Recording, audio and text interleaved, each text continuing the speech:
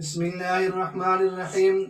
سامعین و ناظرین محترم، شیخ ابو بکر البلخی رحمۃ اللہ علیہ نے رمضان المبارک کی تیاری کے سلسلے میں ایک بہت ہی خوبصورت بات لکھی ہے۔ وہ ان کا فرمان، ان کا قول آپ کی خدمت میں پیش کرنے لگا ہوں۔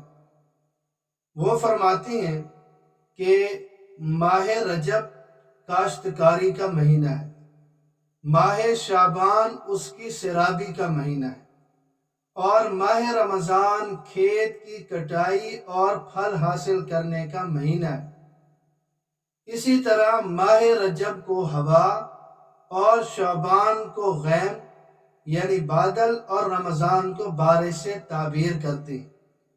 یعنی ماہ رجب میں ہوائیں چلتی ہیں جو بادلوں کو کھینچ کے لاتی ہیں، اور شعبان میں وہ اپنی جگہ پر پہنچاتی ہیں، اور رمضان المبارک پھر مثل بارش کے ہے۔ تو وہ فرماتی ہیں کہ جس نے اعمال کی کھیتی کے موسم بہار میں کاشتکاری نہیں کی، ماہ رجب میں اس کا پودا نہیں لگایا، شعبان میں اسے سیراب نہیں کیا، تو وہ ماہ رمضان میں اعمال کی کھیتی کی کٹائی کیسے کر سکتا ہے؟ جب رجب بھی غفلت میں گزر گیا، ماہ شعبان میں بھی وہ کچھ نہ کر سکا، تو رمضان المبارک میں وہ بہت بڑی خیر سے محروم کر دیا جائے گا۔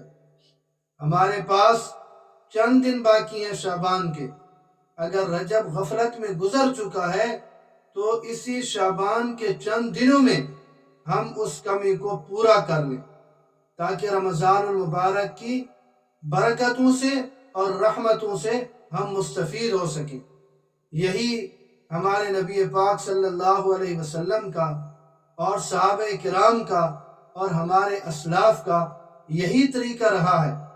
اس لیے کہ ایک کسان جب تک کھیت میں بیج نہیں ڈالے گا، موقع بموقع اسے سیراب نہیں کرے گا، تو کھیت کے لہلہانے کی توقع فضول ہے۔ ٹھیک یہی حال رمضان المبارک اور اس کی تیاری کا ہے۔ تو لہذا ابھی سے کمر بستہ ہو جائیں اور رمضان المبارک